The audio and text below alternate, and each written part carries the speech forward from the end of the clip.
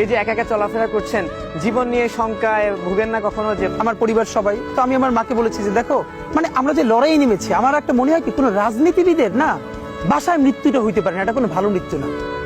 যিনি রাজনীতি করেন, যিনি লড়াই করেন, যিনি বিপ্লবী, যিনি সংগ্রামী, তার মৃত্যুটা হবে একটা সংগ্রামের মধ্য দিয়ে, একটা রাজপথে, একটা গ্লোরির মৃত্যু।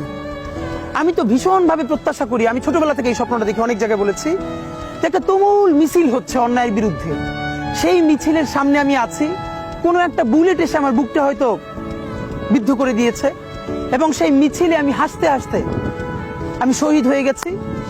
এবং সবাই যখন মৃত্যুটাকে ভীষণ ভয় পায়, আমি তখন হাসতে হাসতে আল্লাহর কাছে ভীষণ সন্তুষ্টি নিয়ে পৌঁছতে চাই যে আমি একটা ন্যূনতম ওই জীবনটা লিড করতে পারলাম, যে আমি একটা ইনসাফের হাসি নিয়ে আমি আমার আল্লাহর কাছে পৌঁছতে চাই।